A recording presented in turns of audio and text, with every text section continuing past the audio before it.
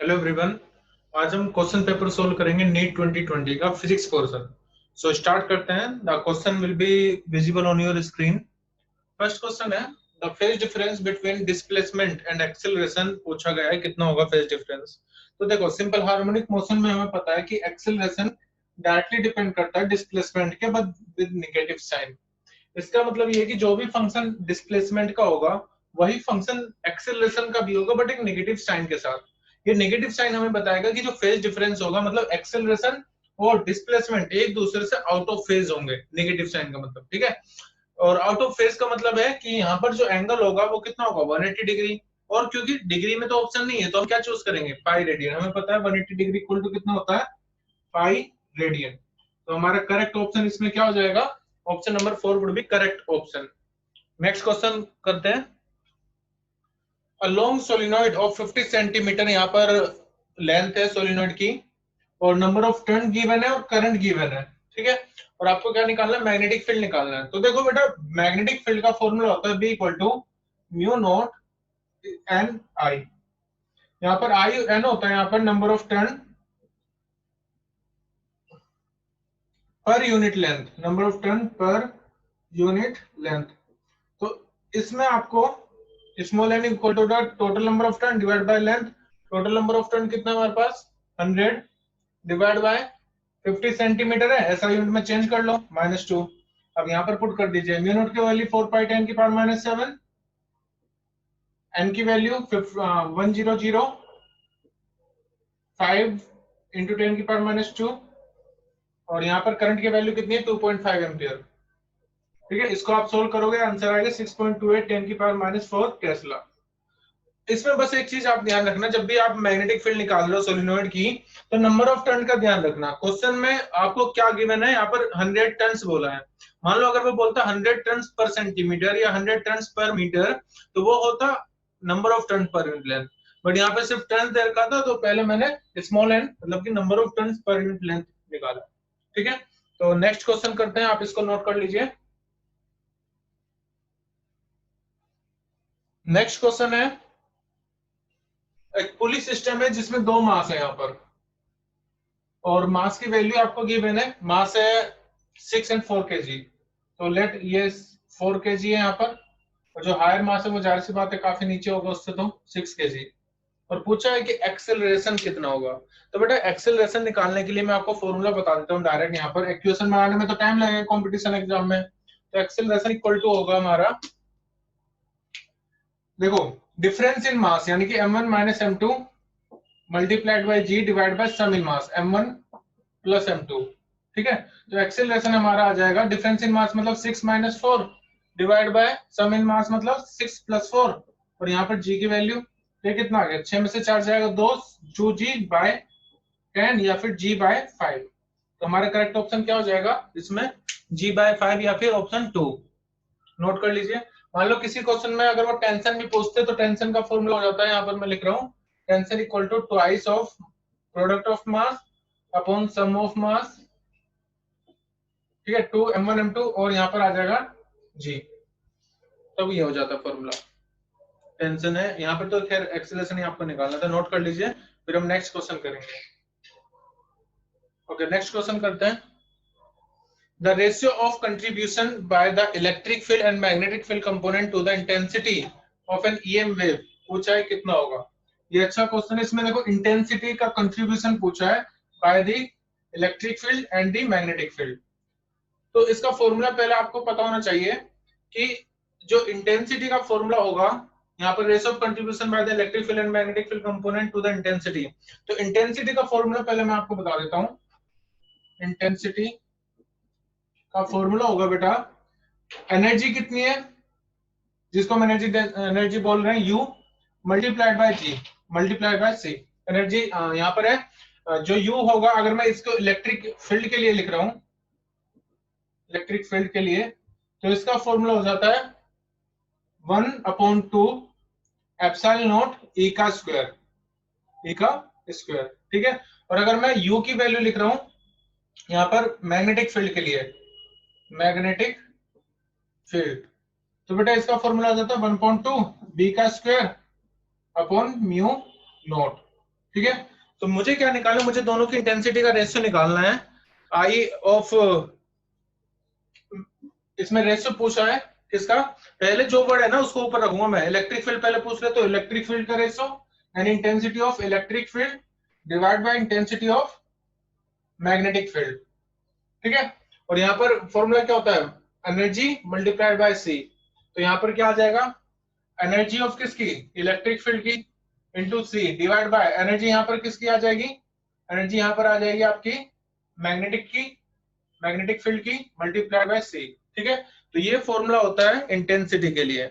अब मैं क्या करूंगा कि यहाँ पर दोनों को मैं डिवाइड कर दूंगा, इसको इससे डिवाइड कर दो। इससे पहले मैं आपको एक रिलेशन बता देता हूँ जो मैं यहाँ पर यूज करूंगा।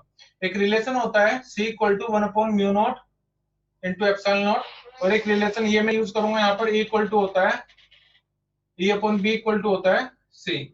ठीक है, इन दोनों रिलेशन को मैं यूज करूंगा, इलेक्ट्रोमैग्नेटिक वेव के रिलेशन ये है, E/B इक्वल टू C और C equal to 1/μ0 epsilon naught. ठीक है, चलिए अब इसको करते हैं यहाँ पर।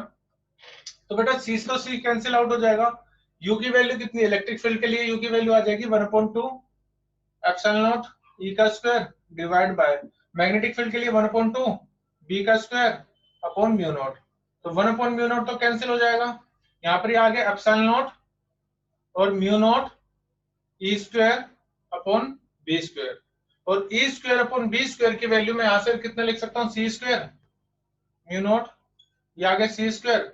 और देखो ये एप्सिलॉन नॉट, इसका μ0 की वैल्यू कितनी हो जाएगी, इसको स्क्वायर कर दो, ये आ गया 1/μ0 इंटू एप्सिलॉन नॉट, और फिर से इसको ऐसे लिख लो μ0 एप्सिलॉन नॉट इक्वल टू कितना हो जाएगा 1/c स्क्वायर। तो मैं यहाँ पर लिख सकता हूँ ना, इस पूरे की वैल्यू कितनी आ जाएगी 1/c स्क्वायर, 1/c स्क्वायर और इंटू c स्क्वायर। तो कट यहाँ से कैंसिल होकर कितना आएगा 1, तो रेशियो कितना आ जाएगा 1:1। ठीक है, तो 1:1 आपका इसमें करेक्ट आंसर होगा 1:1, और ऑप्शन हमारा कौन सा करेक्ट हो जाएगा, option 1, option 1 would be correct. तो इस तरह से आप इसमें निकाल सकते हैं। ये दो फॉर्मूला है जो कि है तो बहुत छोटे बट काफी काम आते हैं हमारे कंपटीशन एग्जाम में। E/B इक्वल टू C और C equal to 1/μ0 epsilon naught. Next question करते हैं, इसको नोट कर लीजिए आप। अगर आप कंपटीशन एग्जाम की तैयारी कर रहे हैं तो प्रीवियस ईयर के क्वेश्चन करना काफी ज्यादा इंपॉर्टेंट हो जाता है। नेक्स्ट क्वेश्चन देखते हैं। In a certain region of space with volume आपको गिवन है, the electric potential is found to be 5 volt throughout the magnitude of the electric field in this region। Electric field पूछा गया है, बहुत अच्छा question है। चैप्टर इसमें 12th class का चैप्टर 1 और 2 का कंसेप्ट यूज करूंगा मैं इस क्वेश्चन को करने के लिए। तो देखिए कहा है कि एक कंप्लीट वॉल्यूम दे रखा है 2 मीटर क्यूब किसी रीजन में, वहां पर इलेक्ट्रिक पोटेंशियल 5 वोल्ट है थ्रू आउट। तो इलेक्ट्रिक पोटेंशियल कांस्टेंट है कितना 5 volt through out the volume, यानी कि मैं कह सकता हूं इट इज अ कांस्टेंट। पूछा इलेक्ट्रिक फील्ड कितनी होगी, तो बेटा इलेक्ट्रिक फील्ड होता है माइनस dV/dr, मतलब कि इलेक्ट्रिक फील्ड बराबर होता है how your potential gradient is changing, मतलब कि electric field is equal to negative of potential gradient. और देखो V अगर कांस्टेंट है और मैं इसका डिफरेंशिएट करूंगा, किसी भी कांस्टेंट चीज का डिफरेंशिएशन करते हैं हम, तो कितना आएगा माइनस के 5 d/dr कितना आएगा 0। तो मैं क्या कह सकता हूँ इलेक्ट्रिक फील्ड कितनी आएगी 0। तो करेक्ट ऑप्शन हो जाएगा हमारे इसमें ऑप्शन 4 वुड बी करेक्ट। जब भी पोटेंशियल कांस्टेंट तो इलेक्ट्रिक फील्ड 0। इसमें भी तो वही केस था, पोटेंशियल यहाँ पर आपको कांस्टेंट दे रखा था, इलेक्ट्रिक फील्ड निकल जाएगी विल बी 0। नेक्स्ट क्वेश्चन करते हैं। The average thermal energy for a monoatomic gas पूछा है कितनी होगी। चलिए इसको करते हैं। तो देखो मैं आपको एक जनरल फॉर्मूला बताऊंगा, चाहे वो मोनोएटॉमिक हो, चाहे वो ट्राइएटॉमिक हो, डायटोमिक हो, कुछ भी हो। जनरल फॉर्मूला होता है बेटा एनर्जी का F/2 KB × T। ठीक है, F होता है यहाँ पर डिग्री ऑफ फ्रीडम, K होता है बोल्ट्जमैन कांस्टेंट और T होता है टेम्परेचर। तो मोनो एटॉमिक के लिए जो F की वैल्यू होती है वो होती है 3। ठीक है, डायटोमिक के लिए हम निकाल सकते हैं, ट्राइएटॉमिक के लिए भी हम निकाल सकते हैं, ट्राइएटॉमिक की तो खैर 2 होती हैं, ट्राइएटॉमिक के लिए भी हम निकाल सकते हैं, बट यहाँ पर मैं सिर्फ मोनोएटॉमिक का बता रहा हूँ क्योंकि क्वेश्चन में मोनोएटॉमिक पूछा है। तो क्या हो जाएगा F की वैल्यू रखो 3/2 F KT, तो ये ऑप्शन हो जाएगा हमारा करेक्ट आंसर। कौन सा हो गया 3/2 केवीटी, यानी कि option 1 would be correct. Okay, next question करते हैं। ये फॉर्मूला आप एफ अगर मान लो डायोटोमिक होता तो एफ की वैल्यू वहां डायोटोमिक के हिसाब से हम लिख लेते हैं। डायोटोमिक की वैल्यू मैं बता देता हूँ एफ की वैल्यू कितनी आती है। देखो डायोटोमिक में 2 एटम होते हैं, यहाँ पर ये कांस्टेंट हो गया, तो इसका फॉर्मूला होता है 3n minus number of constant के 3, नंबर ऑफ मॉलिक्यूल कितने 2 माइनस कांस्टेंट कितना है 1, तो 5 आ जाता हूँ। तो अगर मान लो डायोटोमिक होता तो मैं एफ की वैल्यू 5 रख देता, तब 5/2 हो जाता। तो डिपेंड करता है कि केस क्या है। मेन फॉर्मूला क्या होगा, और बहुत अच्छा फॉर्मूला, काफी इस्तेमाल होता है ये कंपटीशन एग्जाम में, डायरेक्ट मतलब कम टाइम में नंबर मिल जाते हैं आपको बिना गलती के। 3f/2 kBT। नेक्स्ट क्वेश्चन करते हैं। फाइंड द टॉर्क, हमें टॉर्क यहां पर बताना है। Find the torque about the origin when a force of 3J cap newton acts on a particle whose position vector is given. चलिए, तो टॉर्क आपको बताना है बेटा, यहाँ पर टॉर्क कितना होगा। पहले मैं आपको टॉर्क का फॉर्मूला लिख देता हूं। टॉर्क का फॉर्मूला R क्रॉस एफ होता है, torque equal to R cross F. R की वैल्यू कितनी दे रखी है 2K कैप, 2K कैप, ठीक है। क्रॉस करो, फोर्स की वैल्यू कुछ है 3J कैप, 3J कैप। तो देखो 6 तो आंसर आ नहीं आ रहा है, अब -6 आएगा +6 आएगा, वो मुझे देखना पड़ेगा। देखो IJK ये होता है, यहाँ पर क्या है K cross J, K cross J कितना होता है -KI, यहाँ पर क्या लिख दूंगा मैं -I या फिर -6I cap. This would be the torque. और यूनिट क्या हो जाएगी, यूनिट तो खैर इसमें सब में सेम ही है, न्यूटन मीटर। तो आंसर आ जाएगा, ऑप्शन करेक्ट हो हमारा option second, -6I cap. Note कर लीजिए, आर क्रॉस एफ है, बहुत सिंपल क्वेश्चन था ये तो। Okay, next question, mean free path पूछा गया है, सिंपल है, इसमें कोई डेरिवेशन तो करके हम दिखाएंगे नहीं, इतना तो टाइम भी नहीं होता कि हम डेरिवेशन करते रहे मीन फ्री पाथ का। तो ये तो आपका डायरेक्ट फॉर्मूला बेस्ड क्वेश्चन है। तो इसका जो डायरेक्ट फॉर्मूला होता है मैं वो आपको बता देता हूँ। इसका फॉर्मूला होता है बेटा lambda equal to mean free path equal to √2, यहाँ पर पाई आता है, एन आता है और डी स्क्वायर आता है, ठीक है। ये करेक्ट ऑप्शन हमारे इसमें हो जाएगा, lambda equal to 1/√2 n pi d का स्क्वायर, यानी कि ऑप्शन फर्स्ट करेक्ट है। नेक्स्ट क्वेश्चन करते हैं। एनर्जी इक्विवेलेंट पूछा है, कितना होगा 0.5 ग्राम सब्सटेंस है एनर्जी इक्विवेलेंट।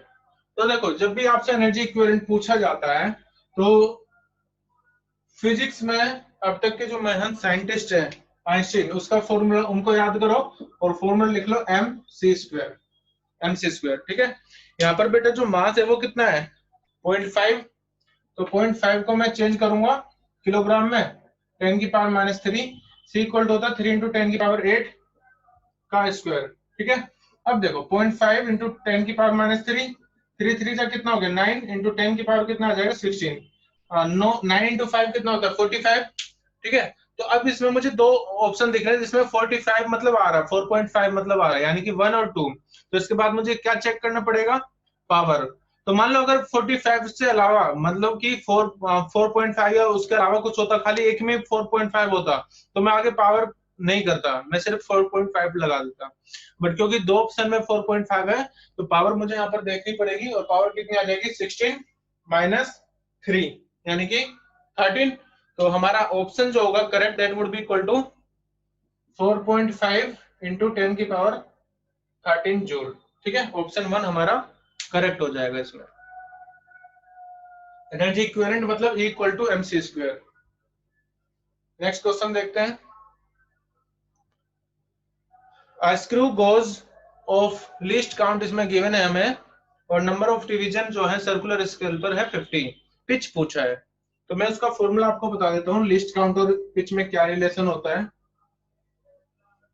स्क्रू गोज में, तो स्क्रू गोज में बेटा होता है least count equal to pitch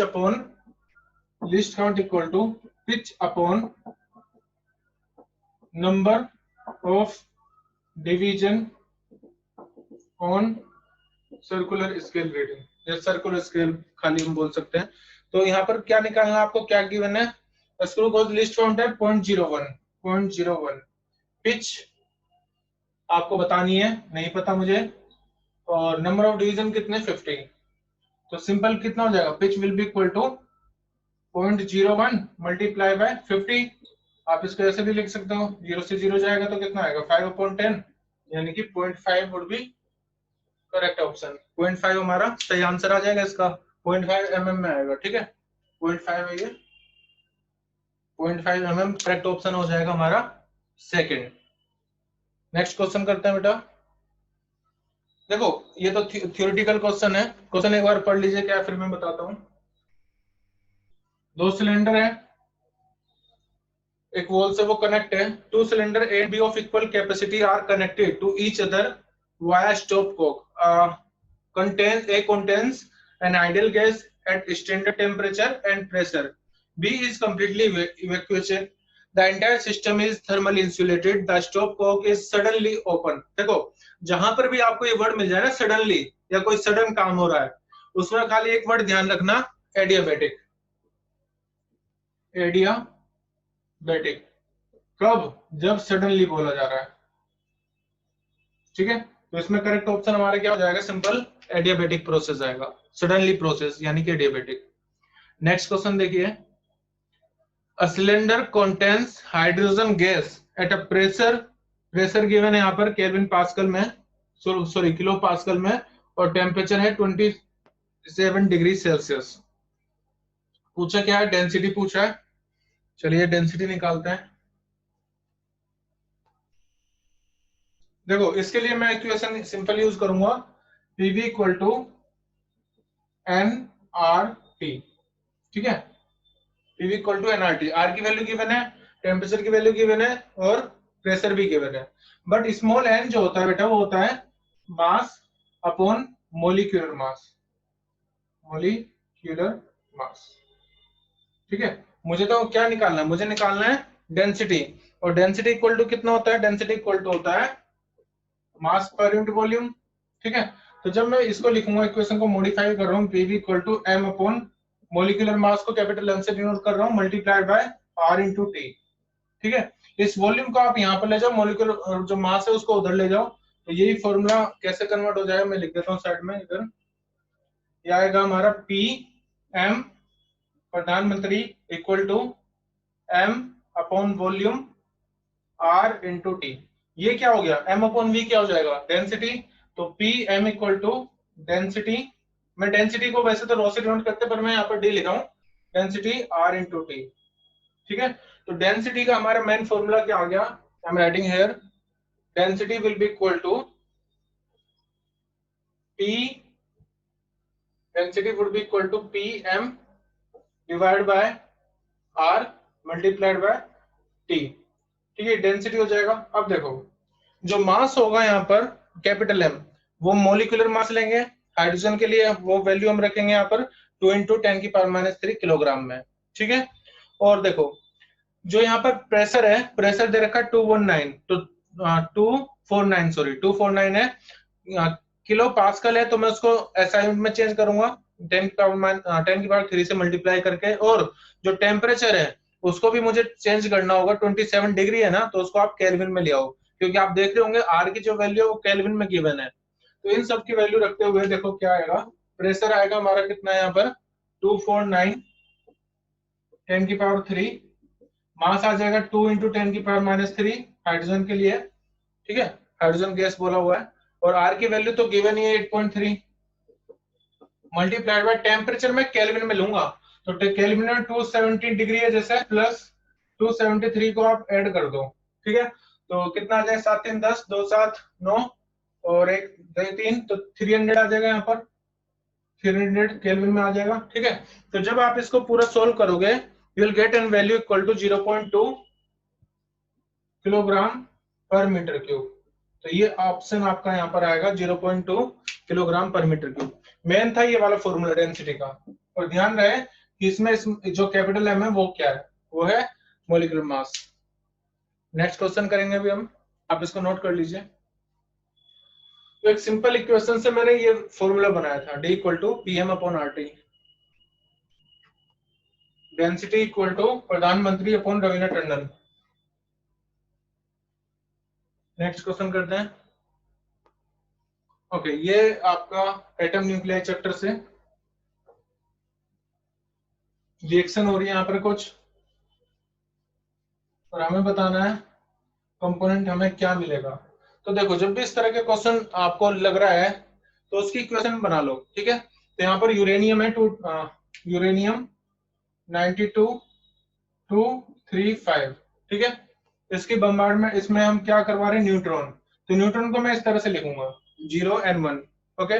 अब हमें क्या मिल रहा है, रिजल्टेंट में लिखूंगा, resultant would be equal to क्या क्या यहाँ पर देखो, इट्स जनरेट 36 क्रिप्टन, 36 Kr और 89, ठीक है। और कुछ है, 3 न्यूट्रॉन भी दे रहा है, तो प्लस के न्यूट्रॉन कितने हैं, 3, ठीक है। यहाँ पर ये न्यूट्रॉन 1 0 1 और यहाँ पर कितने 3 न्यूट्रॉन है, तो मैंने यहाँ पर कितना लिख लिया 3 0 n, ओके।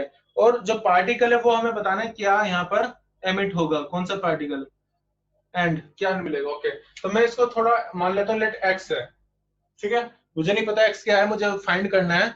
तो एक्स की वैल्यू क्या आएगी, उसके लिए देखो आप क्या करो, यहाँ पर ये जो चीज है ना, यहाँ पर 235 + 1, इसको आप बैलेंस करवाएंगे हम 89 3, और यहाँ पर जो भी आएगा वो मुझे नहीं पता क्या है एक्स का। यहाँ पर इस तरह से हम नीचे भी करेंगे, 92 + 0 इक्वल टू कितना आना चाहिए, यहाँ पर 36 + 0, और जो यहाँ पर होगा तो स्टार्ट करते हैं। अगर मैं ऊपर की क्वांटिटी बैलेंस करवा रहा हूँ 89, मतलब कि 235 + 1 इक्वल टू कितना होना चाहिए, 89 + 3 + x का मुझे नहीं पता, मैंने x मान लिया, ठीक है। तो क्या हो जाएगा 236 और 89 और 3 कितना आ जाएगा 92 + x, तो x की वैल्यू कितनी आ जाएगी 236 माइनस के 92, ठीक है। तो 236 में से 92 माइनस कर दो तो कितना आएगा, इसका आएगा आपका 144। वैसे 6 में से 2 जाएगा तो 4 बचा। अब ऑप्शन में देख लो, ऑप्शन में 4 सिर्फ एक में आ रहा है, फोर्थ ऑप्शन में 144 बी है, तो मैं ज्यादा काम करूंगा नहीं, मेरा इसी आंसर मिल जाएगा, मुझे करेक्ट ऑप्शन इसी मिल जाएगा कि जो भी ये कंपोनेंट होगा एक्स, उस पे 56 और 144 एटॉमिक मास और atomic number, 56 atomic number, atomic mass 144, ठीक है। तो मैं ज्यादा आगे कर नहीं रहा, वैसे मैं इसको भी बैलेंस करवा सकता हूँ, 92 + 0 इक्वल टू आना चाहिए 36 प्लस जो भी एक्स की वैल्यू यहाँ पर आएगी वो 56 ही है। तो इस तरह से क्वेश्चन हम करेंगे, ठीक है। जैसे ही मुझे दिखा कि 6 में से 2 जाएगा 4, तो मैं ज्यादा टाइम वेस्ट ना करके करेक्ट ऑप्शन अपना सेलेक्ट कर लूंगा, ऑप्शन नंबर 4, ज्यादा और कुछ करने की जरूरत नहीं है। नेक्स्ट क्वेश्चन करते हैं अभी। When a charged particle having drift velocity इसमें given है, क्या बताना है, एज अ मोबिलिटी भी है, a charged particle having a drift velocity इतना है, in an electric field of given है, has the mobility, मोबिलिटी बताना है इसमें आपको। मोबिलिटी, मोबिलिटी क्या होता है, सोचो जरा, मोबिलिटी होगा, मोबिलिटी को हम म्यू से डिनोट करते हैं, drift velocity divide by electric field, यानी कि आपकी ड्रिफ्ट वेलोसिटी कितनी है उसको डिवाइड कर दो इलेक्ट्रिक फील्ड से, ठीक है। तो यहाँ पर जो आएगा, यहाँ पर देखो वीडी की वैल्यू कितनी है, ड्रिफ्ट वेलोसिटी है 7.5 10⁻⁴ है, ओके।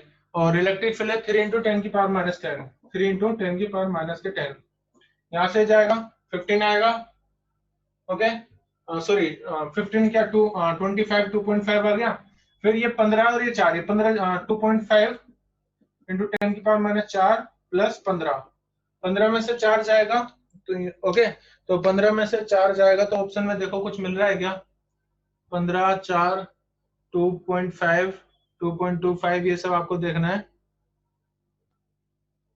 एक मिनट, ये पावर जो है वीडी ड्रिफ्ट वेलोसिटी है हमारी 7.5 × 10⁻⁻⁴, और एक मिनट सॉरी यहाँ पर थोड़ी गलती हुई है, ये 10 है यहाँ पर पावर, क्वेश्चन में जो पावर 15 ना होकर के 10 है, तभी मैं कह रहा था यहाँ पर 10 -10 + 4 कितना है, क्योंकि पावर मिलने गई थी, तो यहाँ पर कितना आएगा, 10 में से 4 जाएगा 6, 2.5 10⁻⁶, कोई ऑप्शन अभी मिला है 2.5 10⁻⁶, हाँ, तो ऑप्शन 1 हमारा करेक्ट होगा, ऑप्शन 1 2.5 10⁻⁶। तो पावर यहाँ पर आपकी -10 है, वो ये मैं थोड़ी हल्की है इसलिए सही से दिखा नहीं, कोई नहीं। ओके, नेक्स्ट क्वेश्चन करते हैं। टॉपिक ये है कि ड्रिफ्ट वेलोसिटी इक्वल टू होगा वी डी अपॉन ई, दोनों का रेशियो बस आपको निकालना है। नेक्स्ट क्वेश्चन करते हैं अभी। सिग्निफिकेंट फिगर पर भी क्वेश्चन आ जाता है नीट में। देखो क्या बताना है कि दो नंबर गिवन है 9.99, 9.99 और दूसरा नंबर है उसका डिफरेंस लेना है 0.0099। ठीक है, तो यहाँ पर मैं 900 लिख रहा हूँ, 9.9900। और सेकंड नंबर क्या है, माइनस के 0.0099। तो बेटा इसमें हमें क्या करना है, माइनस करना है। तो जब आप इसको माइनस करोगे तो यहाँ पर 10 में से 9 जाएगा तो एक, यहाँ पर एक ऑलरेडी इधर आ चुका है। ठीक है, तो यहाँ पर कितना बचेगा, 9 में से 9 जाएगा 0, फिर से यहाँ पर एक आ चुका है तो 8। ठीक है, और यहाँ पर 9 में से 0 जाएगा तो कितना, 9 और 0.9, 9.801। लेकिन सिग्निफिकेंट फिगर के अकॉर्डिंग हमें बताना है। तो सिग्निफिकेंट मैं लूंगा जिसका लिस्ट है। तो यहाँ पर देखो जो पहला नंबर है उसमें पॉइंट के बाद कितने डिजिट्स हैं, 2। तो यहाँ पर भी जब मैं उसको सब्ट्रैक्ट करूंगा तो मैं सिर्फ पॉइंट के बाद 2 ही डेसिमल प्लेस तक जाऊंगा, यानी कि मेरा करेक्ट ऑप्शन होगा 9.98, 9.98 मीटर। तो ये आपका सही आपका ऑप्शन बन जाए। मैंने ये देखा है कि किसमें जो डेसिमल है कम है, जितना उसमें डेसिमल के बाद में डिजिट्स है मैंने उतनी ही लिखी है यहाँ पर। 9.98 करेक्ट ऑप्शन होगा।